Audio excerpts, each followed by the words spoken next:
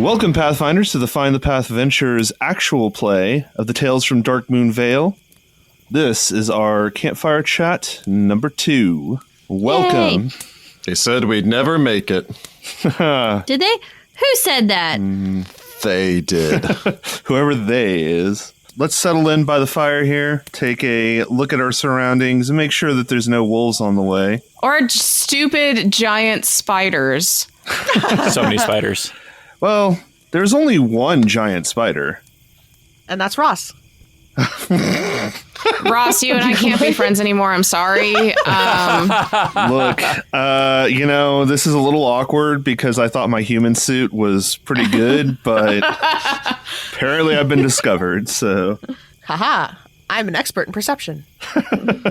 No, but you know what? Let's go on ahead, and now that we're around the fire, get started with episode 4. The episode where y'all were keeping watch overnight. Oh, and poor Reggie was so chubs. Yeah, she got a little overfed. Too many s'mores. I need Reggie to become a familiar, y'all. It's worth a little weight gain for this. She can slim down afterwards. Wow. That's so mean. No, that's so mean. Y'all, don't overfeed your pets. Whoa. No. What was that cartoon with like Chippendale Rescue Rangers? Anyway, and how they had like a little workout gym for Monty, and it was just like a toothpick with 2 like cheese wheels on it, and just bat doing little like push-ups. All I keep imagining when she's so chubby is Spirited Away, the little baby that turns into a mouse and is so fat. Oh, yes. Yes. Oh. See, no, I was thinking Pocahontas whenever the raccoon ate too many of the snacks. Oh, yeah, Miko. There are lots of animated fat animals. And they're cute. Truly the most important thing to happen that night was Reggie, and... That's fair. Moving on. Reggie's the main character. Yeah, Reggie's of this story, awesome. clearly. Moving on. Episode 5.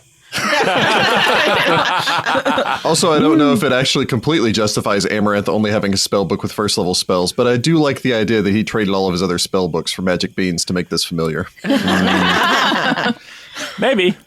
We'll never know. Or if he just has the rest of the book is actually filled up with higher level spells, he just has totally forgotten how to cast. Or I imagine maybe Reggie did nibble on it a little bit, ate like one little section, and now he doesn't know the ingredients that he needs He to once actually spilled perform it. coffee on it, and so like the last pages are all like water damage with coffee. And he's just like, blended. dang, well, I guess I'm a first level wizard now. Reggie was conked out. Amaranth also was talking in his sleep a lot. Yeah. True, about a duchess or something. Yeah. Yep. Another episode in his long, long life, it seems. And you also... there were some wolves or something, if I remember correctly. Oh, yeah, there was like a ward or something. Yeah. And it was watching us I'm through the sure woods. it's fine and no big deal at all. You know, whatever that was, it's some other adventurer's problem. It's the I do Jagare's appreciate- problem. Grace. Yeah. I appreciate that Grimm tried to talk to it and said, we're not going to bother you, and then we immediately marched to its lair. Well, No, the lair... that's not what he said.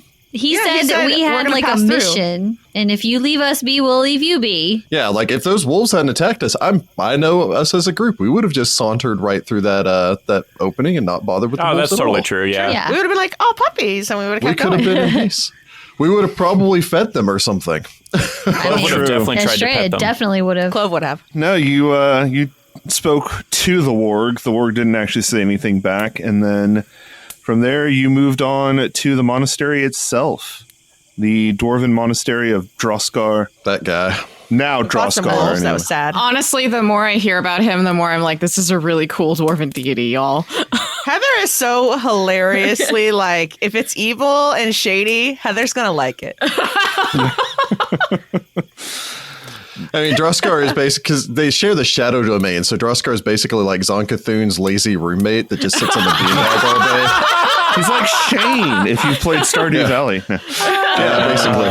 See, I was thinking But Shaun Shane of the gives you Dead, blue where you've got chickens. That's Yeah. true. you've got Sean, and then you've got his like lazy roommate. Oh, yeah, Shaun of the Dead. Nick, yeah. I think. So Yeah, it's Ed. kind of the same thing. It's like Zonkathon's over there in the corner with like, you know, his headphones on, listening to his depressing emo music. In the meantime, Droskar is just sitting there with a pile of beer cans around him.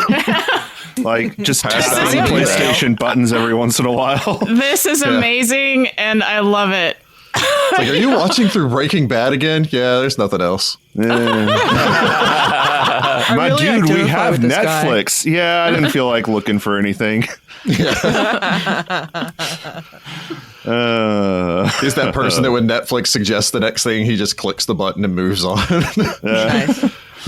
Are you watching a documentary on snails? I don't know. It's like, are you still watching? Yes, but not really. This is now my official headcanon, by the way. It's done. Headcanon. This is actual canon, Heather. This is Droskar Sure. now.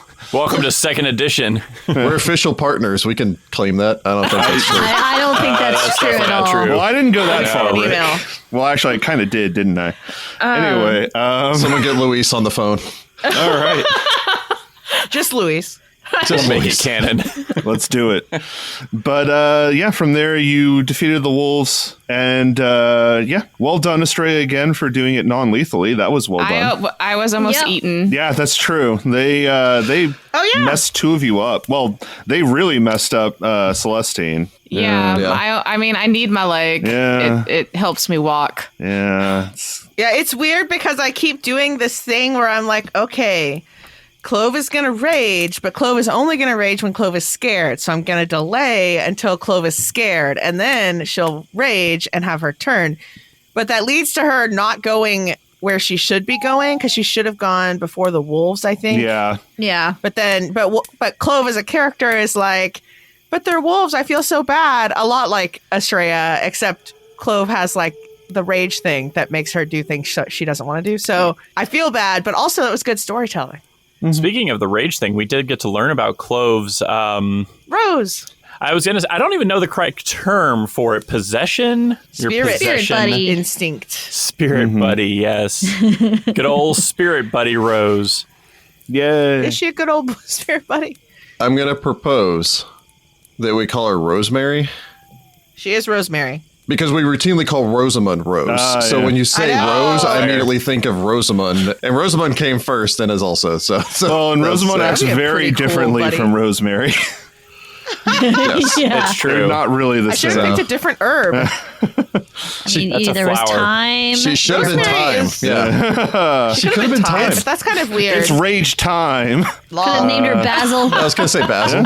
Basil's a boy name. Little Basil. Well, I mean, if you say basil, it sounds a little bit more feminine. How about oregano? Yeah, I was just going to say oregano. Name her late. Paprika. And that's all the Paprika spices. spices. Oh, paprika would have been exotic.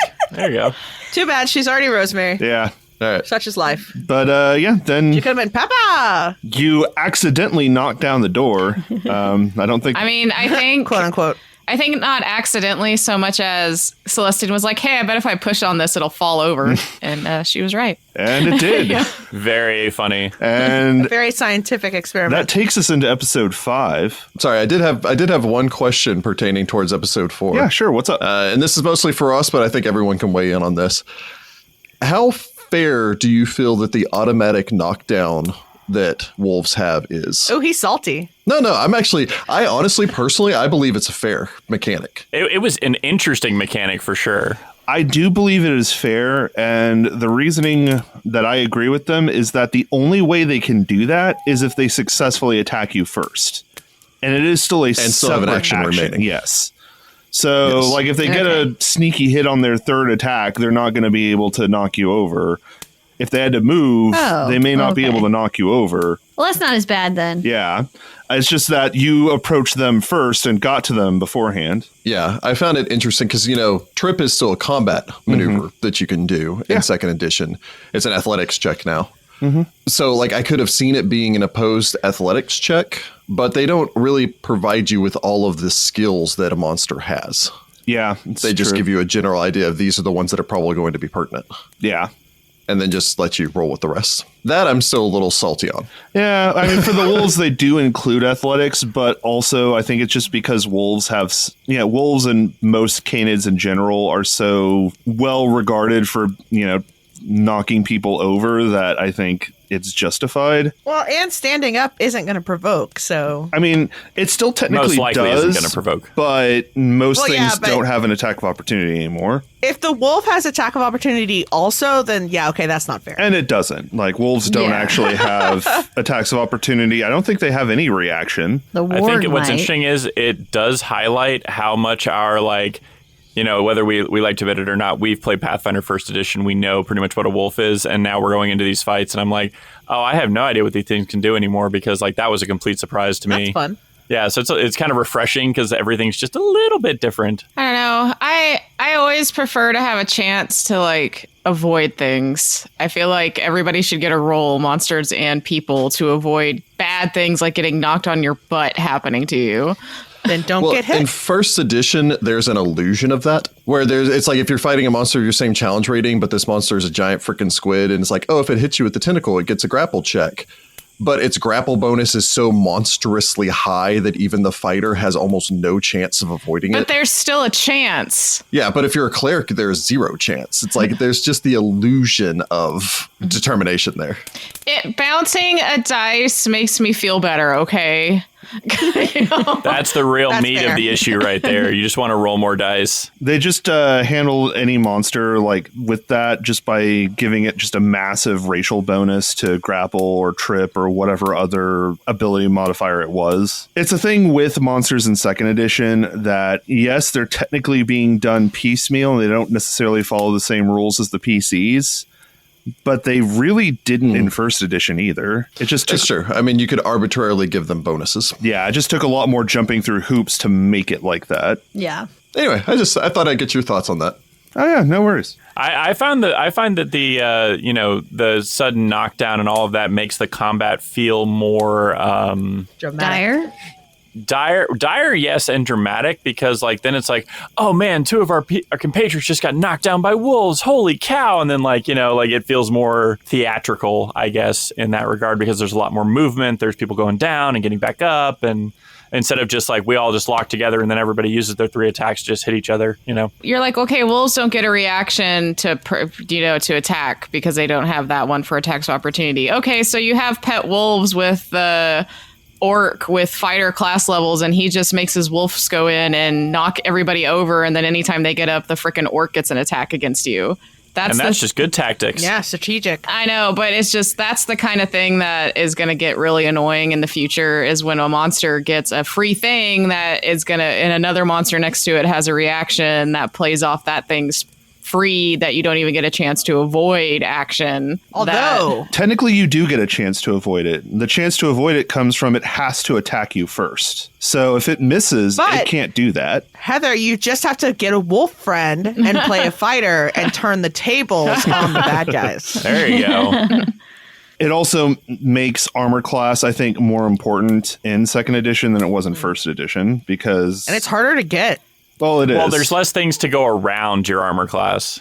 Yeah, Yeah. but I mean, no matter how much you focus on armor class, there are still things that can hurt you. Like, even if you have like a 40-something armor class in first edition. Still 1 in 20 chance. Yeah. Well, it's also like, okay, you have big heavy plate armor. I can hit you with the elemental attacks. I can just bull rush you or do a constrict, you know, with a grapple maneuver. There were a lot of options that you could use if you're building an encounter to deal with somebody who has just a ridiculously high AC. Well, I think that's still a thing in second edition. I mean, kind of. I think in second edition, the differences mostly come down to training as well as, you know, like armor types, decks, but there isn't a separate armor class for pretty much anything. Like, it's all the same armor class now. That's true.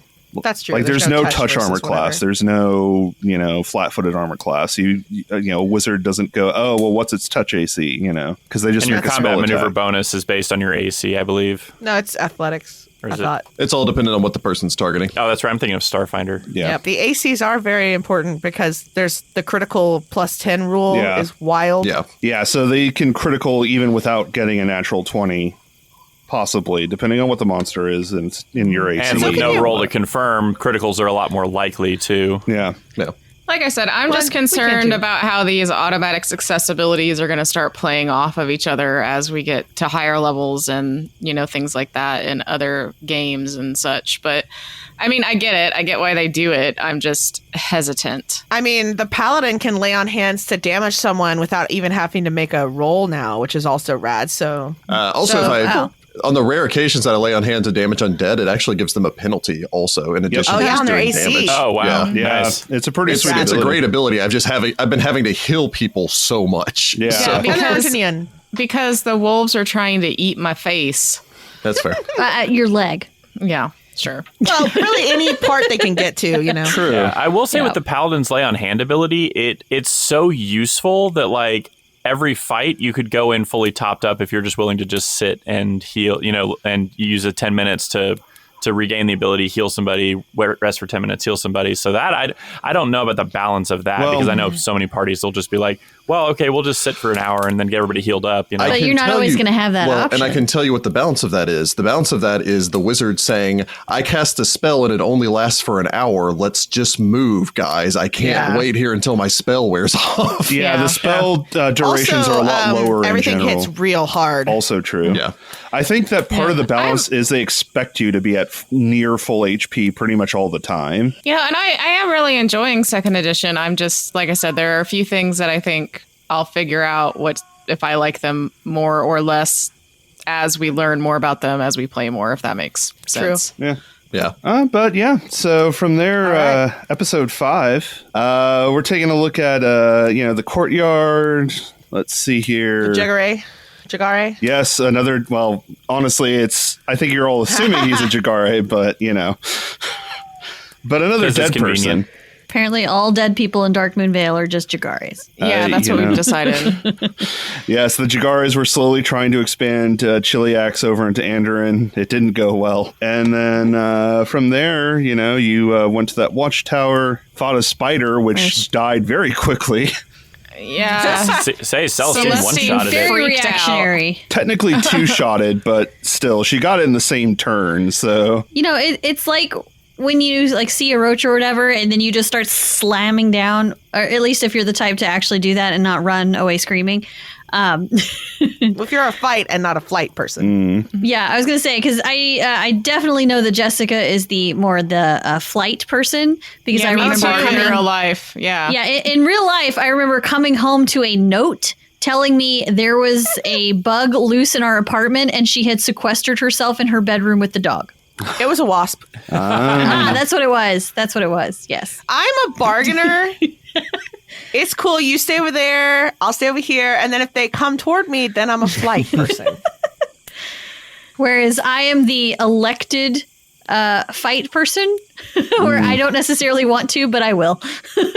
There you go. But we found a cool Anyway. sword in the tower. It's true. Yeah. Did. That's true. You found your first After a magical lot of weapon. hemming and hawing over whether we were going to open this, clearly trapped sack. I was really just kind of sitting there for a bit like, I don't think they're actually going to open this. We may not actually find out what's inside. I think I don't we were know. all I just mean, it was just kind of waiting for amusing to somebody me. to take the lead. I don't know, but I'm just glad I got the sword. Yeah, Now you're even more accurate. it's true. I know, and I was already pretty accurate. It's a nice sword. But yeah, then you went inside, found some bats, decided, you know what? Whatever's in there can just stay in there, and closed the door. Yeah. And then, I love bats. yeah, bats are pretty cool. They're nice creatures. Then we found an armory. And I was struck with the sudden urge to search for secret doors, and I have no idea where that came from. And yet you found one, so I think your reasoning was is if dwarves were going to have a secret door, this would be the room to put it in. Honestly, yeah. I mean, really. It's like Where they they would keep the they- good stuff behind the secret door. But instead, we found a prison where apparently some prisoners had just been left to starve, It definitely so wasn't the sad. good stuff. and they and they tried to kill us. True. Yep. Yeah. well, 3 of them tried to kill you. And One and of now, them decided one to. didn't. and now Grim stay has a dead. really cool ring that we don't know what it does. I appreciate that the True. one that did not raise from the dead as an undead monstrosity had the holy symbol of Torag. That's Yeah. why. Yeah, it's like he's probably a priest. He probably went into his next life understanding. He was at peace. He stayed faithful. Good for him. It's interesting because you're certainly piecing together like bits about what happened here, but it's still pretty vague overall, like what disaster actually occurred at this monastery that caused it to become abandoned in the first place. I've got money on something terrible. They unleashed something real evil and bad. And then they couldn't deal with the prisoners because, like, the one guy took his life upstairs and then everybody else either got eaten or ran. Yeah, something real bad happened to here. We have starved to death prisoners, and then of course, this is a reference, of course, to the next episode where we found what was most likely a priest of Droskar had committed suicide. There's something happened here. Something not good. That does bring us into episode 6, where you continued your explorations. You found that book, the prayer book to Droskar, Oh, yeah. Yep. as well as another magical weapon, It was a hammer, right? hatchet. The hatchet. Hatchet. Yeah. Yeah, it was We a did hatchet. find the really cool hammer, but that was with the priest of Droskar, and it's not magical. That's It's just silver. Silver. Yeah. And then we found a kobold hiding in a bedroom. And Clove cried. Yes. That was Yeah, a really, really sad fight because like it's a 10-foot by 10-foot room with a closet off of it. There's 3 people standing around waiting for the kobold to jump out and attack so that they can all just beat him down. All right, it was very Ross. sad. Here's your opportunity to either make us feel better or worse. What was the deal with the kobold? Could we have talked him down? Or is it too much to say right now? Will we uncover the story of this kobold? You know, you won't uncover it probably in this adventure, but if we do continue this series, if we go into Crown of the Kobold King, well, there might be some interesting bits there. It sounds like Ross was having his little Nick Fury cameo to seed the seeds for the sequel. Yep. I was going to say he's playing the long game with it. Was this kobold played by Samuel L. Jackson? One of my favorite things about that episode was Clove making Grim say a prayer and then Grim Yes. turning to Celestine and Dwarven going, yeah, that was a bad kobold. That was hilarious. True. If it does make you feel any better, though, I will say that it was very unlikely you would have formed any sort of alliance with the kobold, Okay. even if you could speak Draconic. And then we went I across miss the Detect hall Evil. and we found a little library that was full of fungus, and Clove ran in to look for mushrooms, and now she's about to get murdered by an ooze. Hey, Grimm's in there yeah. I was going to say Grim went in too. Grim is in there, too. And yeah, Grim noticed that the puddle in the corner was not so much a puddle as it was some sort of slime. So that's probably fine.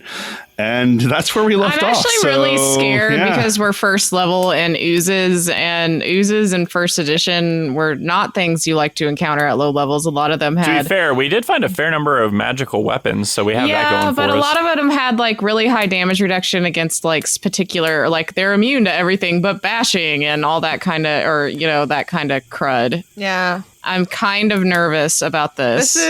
This is just going to depend on what kind of ooze we have here because they seem pretty varied. Yep. It could be a pudding. Could be. Pudding. Pudding.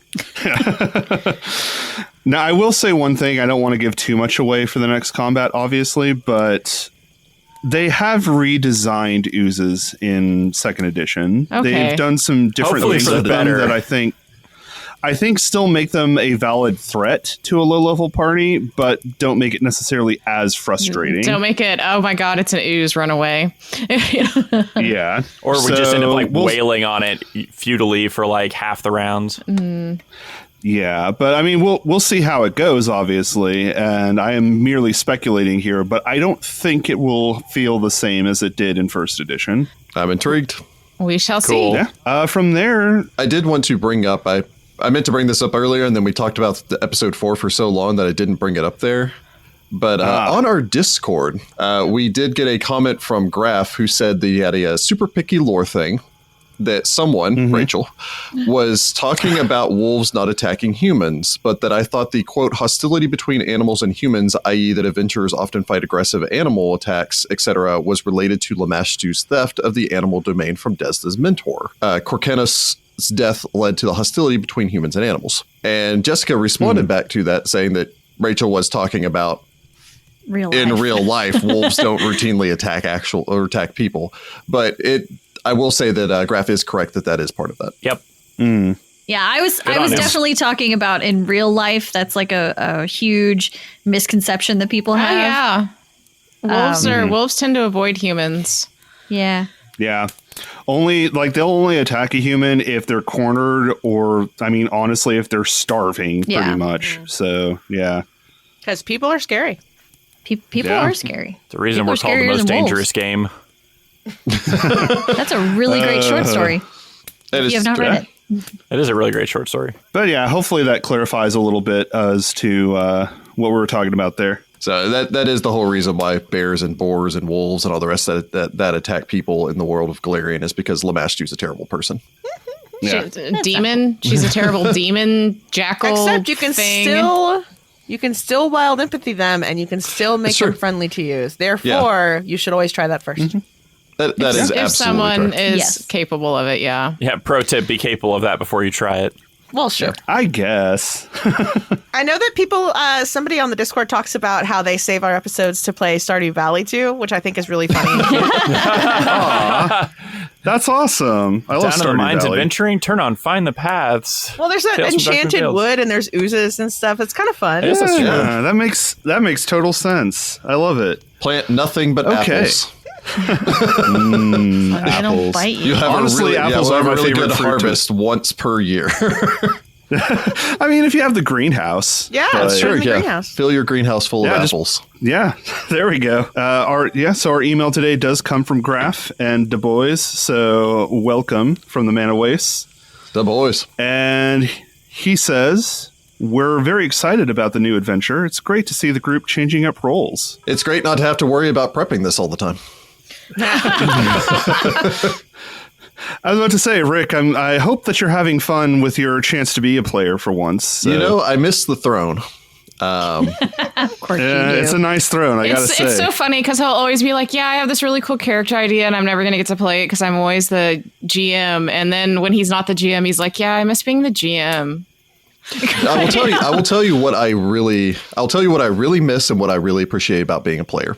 I really miss knowing everything because that's just kind of like I really miss knowing where the next plot thing because I'm sitting there I'm like, what is down this hallway? What is going to be in this place? Why do I have to wear one? Yeah. Yeah.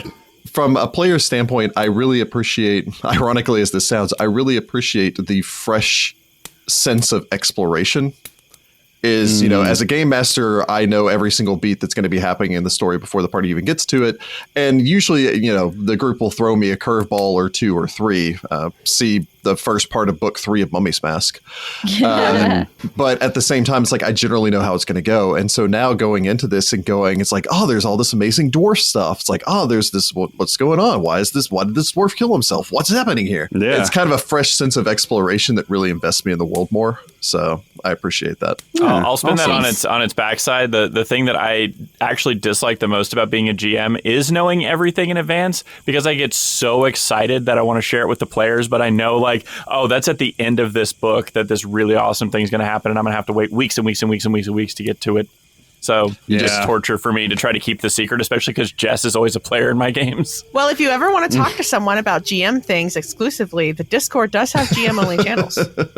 Yeah, hey, there you go. That was actually a really good segue. Good job. Yeah. But Graf goes on to say, I personally love how streamlined the Pathfinder 2 system is. Most actions are a single die roll, with a follow-up for damage, etc. I enjoy how a simple +1 or +2 winds up being meaningful in the new crit system and how you can have grades of success. How are you finding it? I know we talked a little bit about that earlier, but still, what about the success grades? What does everybody think about all that? I like it. I can appreciate it from the standpoint that I think we fought something with an AC of 17 is what we figured it out not too long ago, which means that unless I rolled a 20, Grim could not critical it, but Rachel only had to roll a 17. Yep. True. And so that idea that mechanics, the process of having the varying degrees of success means that you can really showcase how much more skilled someone is that is good at something. Yeah. Because Rachel literally is 3 times more likely to do double damage than I am because she's good at fighting. Whereas if you're climbing something, it's like, oh, critical success means you move at double speed. That means that someone who has 4 or 5 or 6 more ranks in something than another person does because of having training, expertise, mastery, means that they really show off how they are that master. Also, the numbers don't get as big, which means that the math should hopefully be faster for everyone. That's so true. cute. No. Yeah. I'm glad you think that that's going to help the math situation at all. The only place that I see that math issue coming in is iterative attacks. Is when you go, okay, now it's like, all right, so, I roll D20, so I get a 15 plus 7 minus 5, so 17? Mine is more, I'm just not good at the mental math part of it. It was just never something that I was good at. Yeah. If I can just write down the numbers, though, I can figure it out no problem. I just have to see it. I can't visualize it. And so mental math and I have a hate relationship. I in general like the 3-action economy, especially because as you get into higher level play, it's still the same way, because one of the things that was most frustrating was, okay, how many attacks do I have now? What level am I at? Okay, do I have 2 attacks? Okay, two attacks, but that's a -5 off of my current highest base attack, and it got really messy. Whereas here it's okay, it's always -5. I always have 3 attacks. That I think just makes it a lot more consistent as you play, and level up and keep going. You kind of always know where you're at. Combat feels more dynamic. Having the range of success in spells means that you have less save or suck spells. Always to worry about I'm going to do this thing, but if I do really bad at it, something different might happen, which is kind of fun. I wasn't originally a great fan of the shield thing or spending an action to give an animal companion 2 actions, but having played some with a class that has an animal companion outside of the pod and seeing the shield kind of be raised or not raised, I think it's kind of cool. It makes you be more tactical and strategic, and it kind of freshens up the gameplay some. I 100% agree with the shield approach on that, where it's... No, I hate that shield mechanic. That's probably the one hill I'm going to die on for 2nd edition. Is I find it really interesting because I do find myself agonizing over the choice every turn of, it's okay, I move up to get to it, especially because I'm so slow. That it's I spend 2 actions moving up here, so I can spend 2 actions moving up here, or I spend 1 action moving up, and now I'm next to someone that needs healing, so I heal that person. And it's do I take a swing and try to end this fight? Or do I raise my shield and hope they'll attack me? But there's also another target here, so would they even attack me if I have my shield up?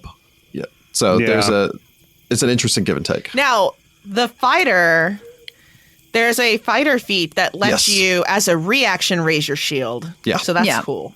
Because then you don't have to spend an action for it. And it's great because you're still spending an action, so it's still a resource management. So is it a reaction. But it's do I want to raise my shield, or do I still want to have my attack of opportunity in case this person tries to move past me or spellcast? It adds an extra tactical element to it that I like. Also, speaking of someone who has I think I have 3 reactions or something I never get to use. Yeah, I don't have any. Paladins get a lot at low level. It's kind of interesting.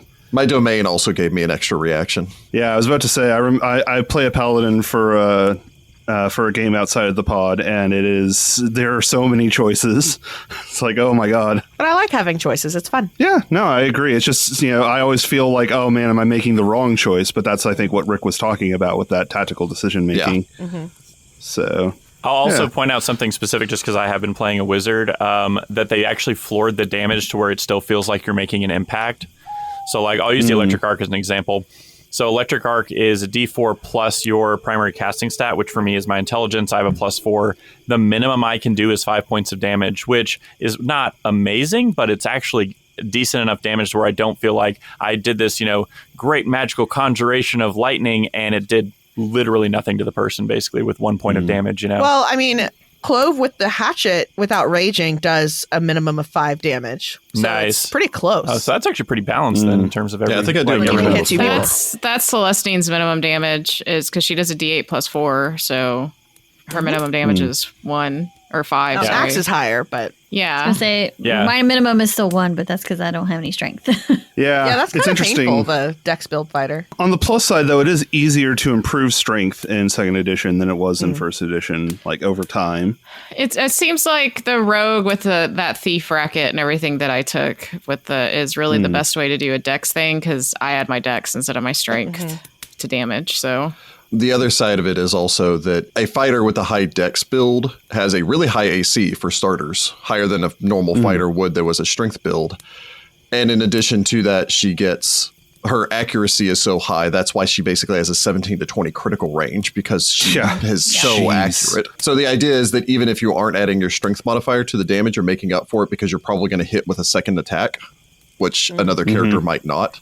And you also trade it off with a higher AC and a better chance to critical. It's definitely a different way of playing, but I think it's still valid, and I think it still is overall working well, assuming the enemy doesn't have, damage reduction. Well, resistances, so like the skeletons were a little harder. Yeah. But it's a death by 1,000 cuts kind of build. Yeah. He then has Graf Thenda has a specific question for me. When someone crits at a recall, I know, right?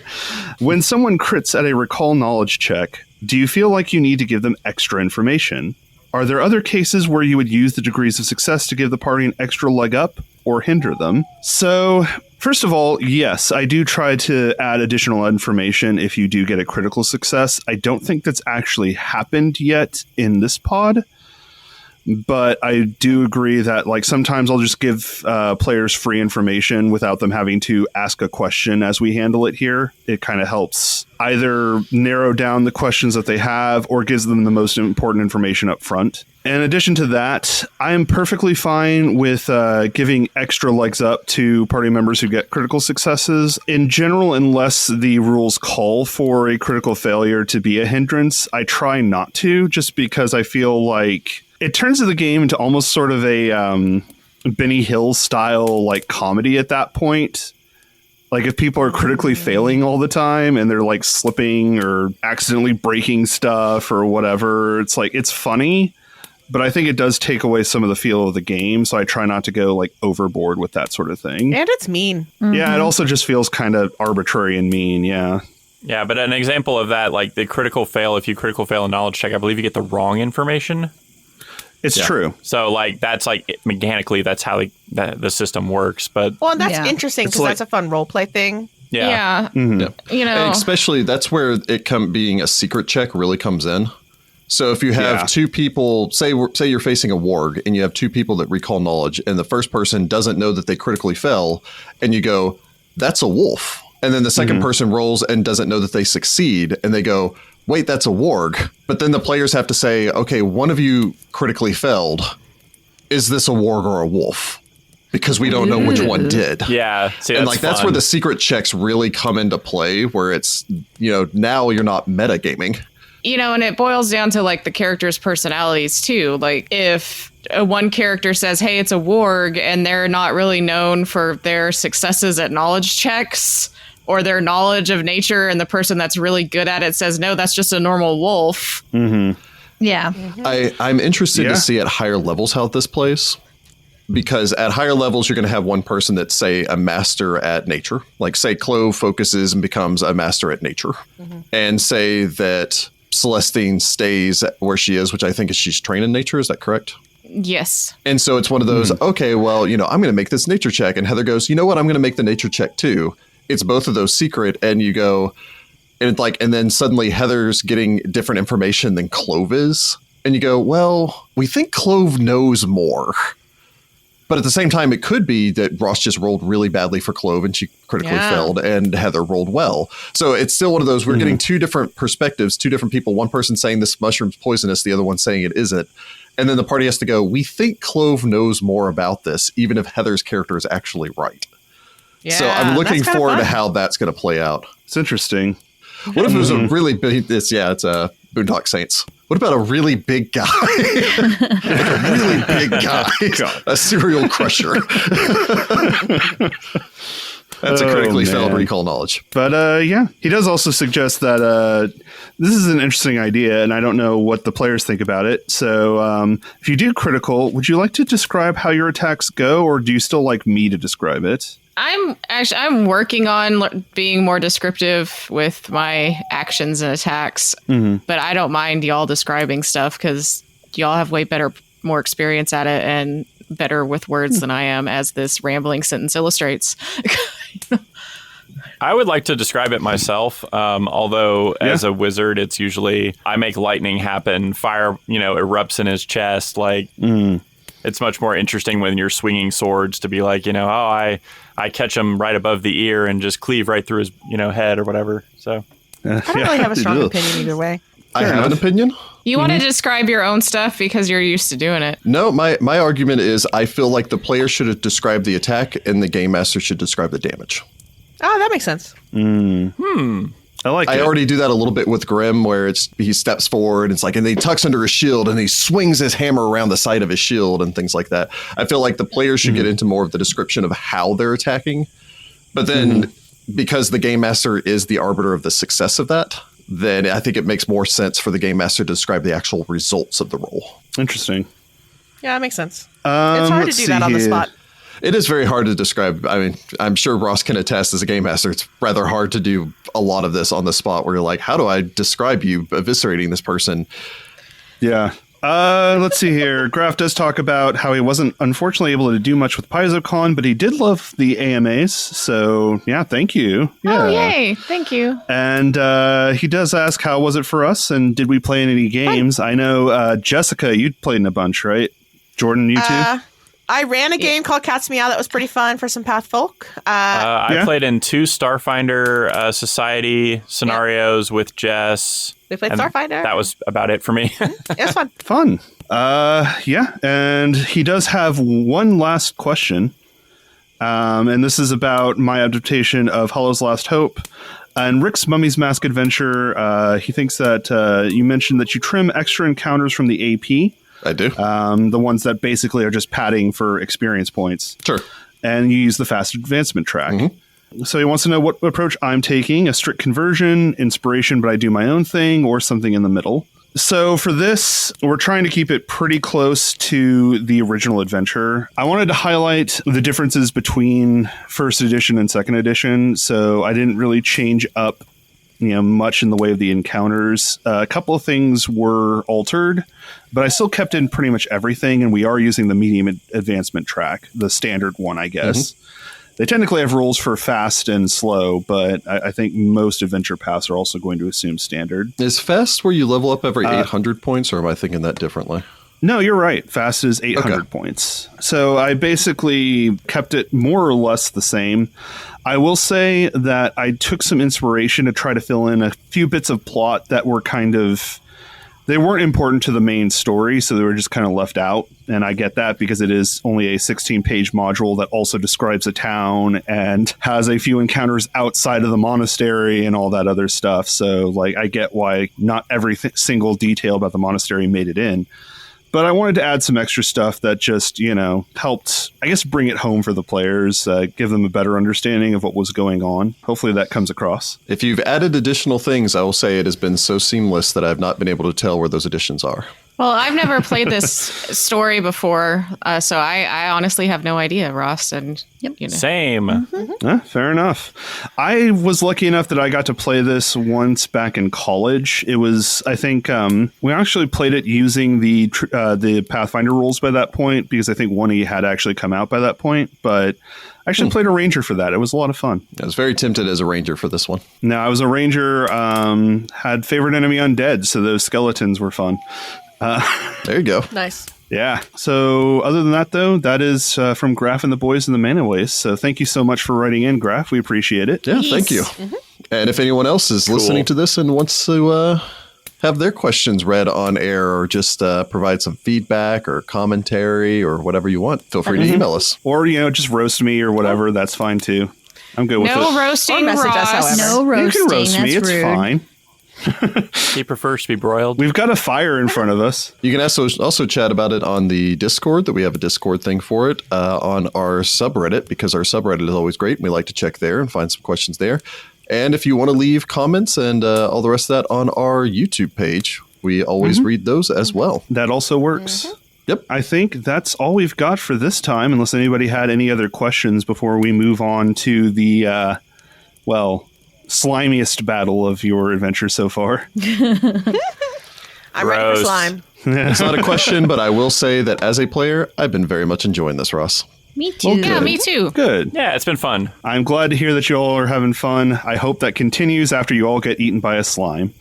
Wow, I mean, thanks. the amount of fun I'm having may be disproportionately impacted by the death of my character. True. Could still be a good story. All right, cool. Absolutely. And with that, I guess we'll join you all next time. But thanks so much for tuning in, and good luck, Pathfinders. Bye, everybody. Bye, Pathfolk. Good luck. Have fun. Don't Be eat safe. random mushrooms. Don't eat random mushrooms, especially the spotted Or maybe ones. do. No, that's a bad idea. Don't encourage that. Consult your local brewer before you eat any mushrooms.